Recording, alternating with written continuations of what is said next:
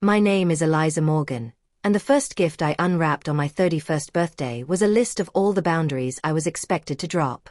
We were at a bistro in the northern quarter, rain ticking the windows, fairy lights bowled above the table like small suns.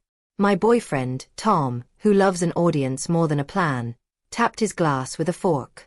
My best friend since sixth form, Becca, was already filming on her phone, framing the moment like she owned it. Tom stood, slipped an arm around my shoulder as if he were about to propose, and said, "Tonight is about growth. Our growth. So we've made a little pact, babe. A few promises. Things you'll stop being weird about so we can move forward." He unfolded a sheet of paper. He titled it in big block letters, "New Rules." Number 1, he read, smiling at Becca's camera. "Stop hoarding your alone time. Sundays are now couple days. No more self-care shutting me out."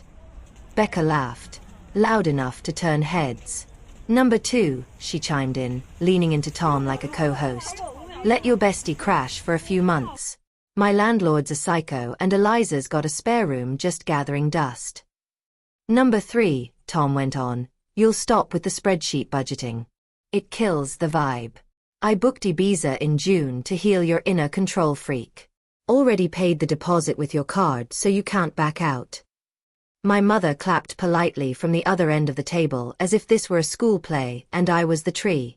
She looked proud of Tom for taking initiative, proud of Becca for being so energetic, proud of herself for raising a daughter who attracts people who just want to love her better. My stepfather inspected the wine list like it might save him. I held the paper with both hands so no one would see my fingers shake. "Number 4, Becca sing-songed, pointing at my chest with her pink acrylics. "Please stop saying no to fun. You've been like a nun since you got that promotion. We're in our 30s, not dead." "Number 5, Tom finished, the grin softening into something like concern for the camera. "Be more spontaneous. It's for your own good, babe. Boundaries are just fear dressed up as rules." I didn't cry. I folded the paper once, twice, a ritual that let my hands do something besides hit the table. I smiled the way British women are trained to smile when someone is taking something that belonged to them. I blew out the candles when the cake arrived and wished, not for love, not for peace, wished for the courage to do what I knew I had to. I grew up in Stockport, the kind of place where everyone knows how many cars you have and how long they've been on the driveway. My dad was a plumber, quiet hands, quick eyes, a laugh that lived in the chest. He died when I was 21, and he left me 2 things, a dented toolbox and a sentence he'd say whenever he repaired something properly. "Measure twice, love. Cut once." My mother remarried the next year to a man who thinks kindness is the same as avoiding discomfort. We don't fight in my family. We turn conflict into jokes until the jokes harden into habits you can't break with your hands. Becca and I sat next to each other in maths and copied each other's homework and each other's eyeliner in the mirror of a public loo. She was trouble with a grin that always got her out of detention. I was the girl who remembered her PE kit and lent it anyway. In our 20s, Becca became the kind of influencer who is always building something that never becomes a tax return. I got a job at an e-commerce company and clawed my way into operations management. I'm white, I'm northern. I say please to taxis and thank you to cash points. I learned to schedule deliveries on time and feelings later. Tom arrived 2 years ago when I still believed that if I made enough lists the right man would notice and handle his own life. He worked in sales, his words' weight never matched their shine, and he fed 1,000 tiny fantasies with borrowed money and borrowed confidence. He could talk any bartender into a free round and any mate into lending him a jacket. He called me steady, like it was a compliment, and rolled his eyes when I counted receipts.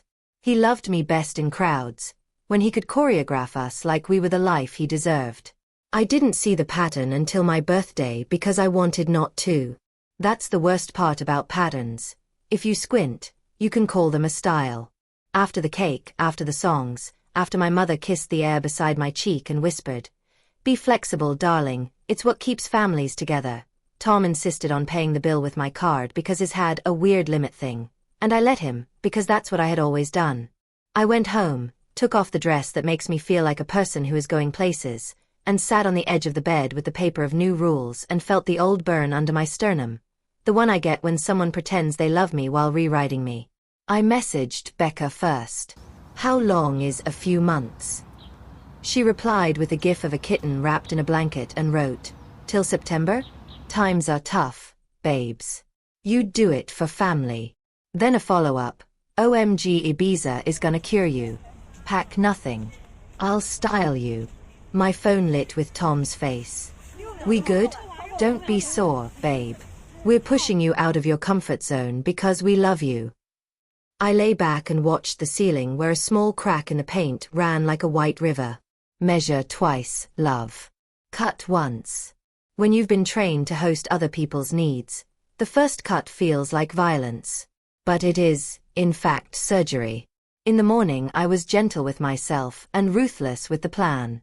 I made 3 lists: what I know, what I can prove, what I can and cannot live with.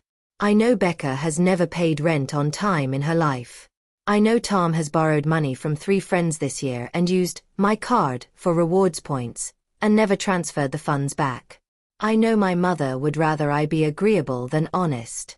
I can prove the Ibiza deposit on my statement and the messages where Tom admitted using my card.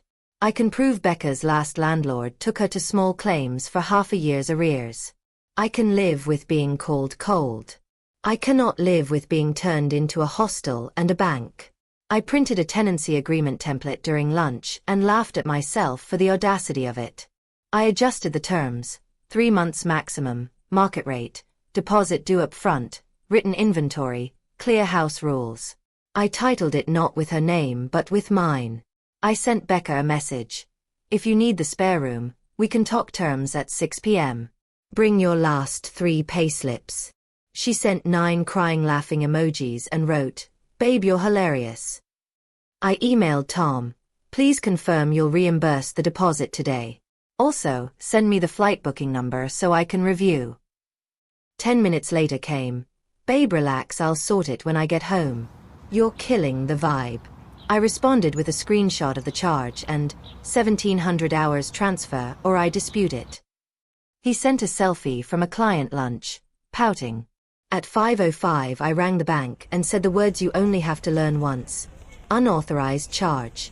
Cardholder does not consent. A calm woman took the details. We'll temporarily credit it while we investigate. Investigate meant calling Tom's bluff. I closed that card and asked for a new one. I added a note to my file. No authorized users. No exceptions. At 6, Becca arrived with 2 suitcases and no documents. She swept in like a perfume ad and kissed both my cheeks, leaving a lip print the color of a throat lozenge. Let me just dump my stuff in the spare room and we'll do the boring bits. You can leave your bags by the door, I said evenly. We'll do the boring bits first. She blinked, then grinned like she was proud of me. Look at you with your boss voice. We sat at the kitchen table.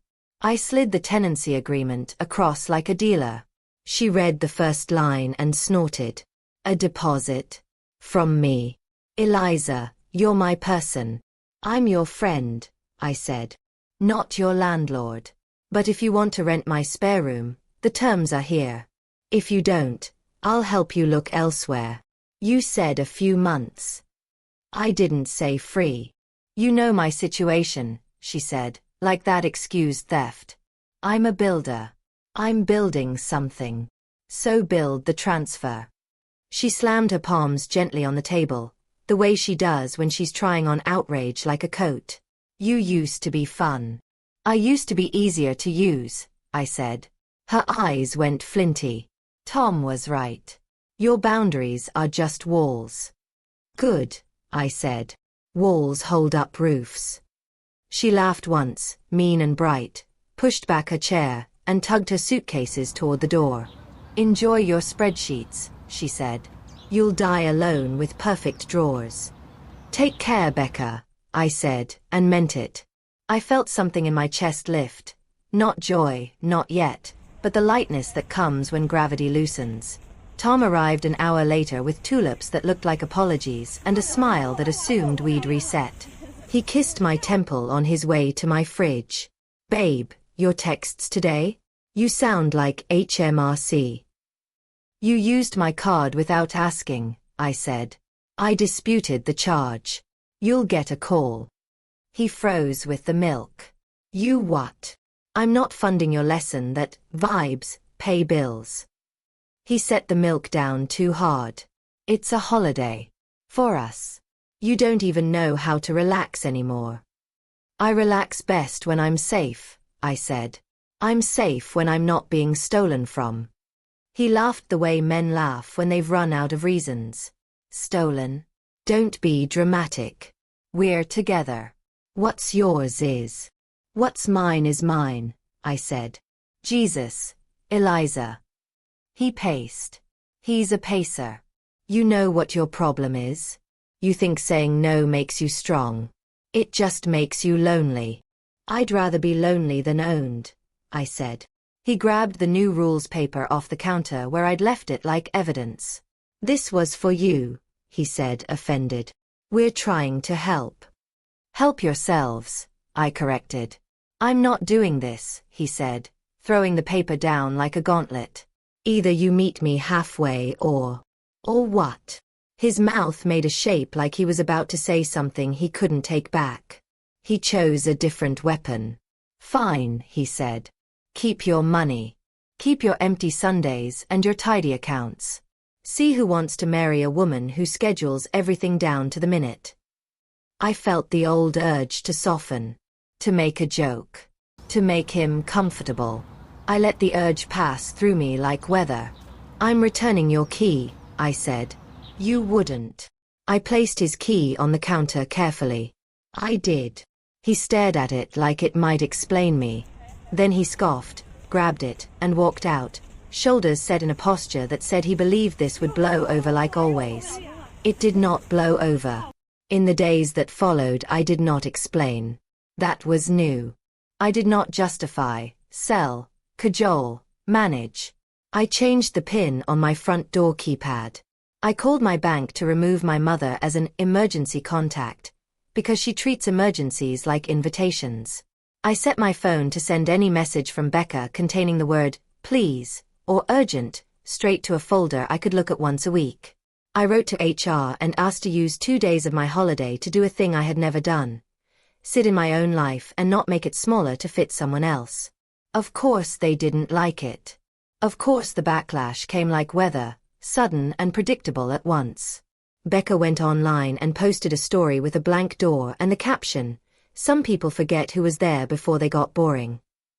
Tom texted that I was punishing him for being romantic. My mother called twice, then 3 times, then, accidentally, turned up at my flat with a casserole and the deeply English belief that starch solves. Character. She perched on my sofa, looked at the unopened tulips on the counter, and shook her head. "You've always been severe," she said, soft as a knife. "Your father would say you should bend. Dad would say measure twice," I said.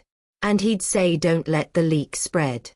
Her eyes flashed irritation before she put her gentle face back on. "We can have differences of opinion without being unkind, Eliza."